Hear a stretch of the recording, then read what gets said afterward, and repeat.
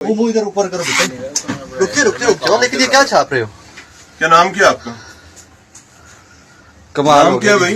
दस भाई दस दिखाएं जी, ये दिखाएं जी। कैमरा इस तरफ, कैमरा ऊपर करेंगे। NA15 मान सेहरा।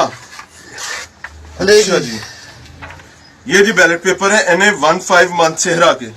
कौन कौन से छप चुके हैं बेटे? मुफ्ती किफायतुल्लाह साहब, मोहम्मद हारून साहब का। बाकी कहाँ छपे?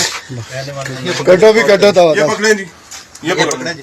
कटो कटो तो वादा 15 से कॉल करो। 15 कॉल करें। NA15 के बैलेट पेपर जो छप रहे हैं वो अभी जी इलेक्शन हो चुका हुआ है और उसके साथ साथ ये इलेक्शन के बाद जनाब कितना बैलेट पेपर है यहाँ पर? जनाब तमाम लक्ष्मी चौक जनाब असं बेल्ट पेपर फाड़ लेने। और ये वो हाँ जी जनाब, जो अब देखो तफीर अहमद गुस्तासिफ खान जहाँ से नवाज शरीफ साहब हार चुके हैं, और ये नवाज शरीफ साहब NA15 मियां मोहम्मद नवाज ये शरीफ क्या जमहूरियत का ये आलम है। नवाज शरीफ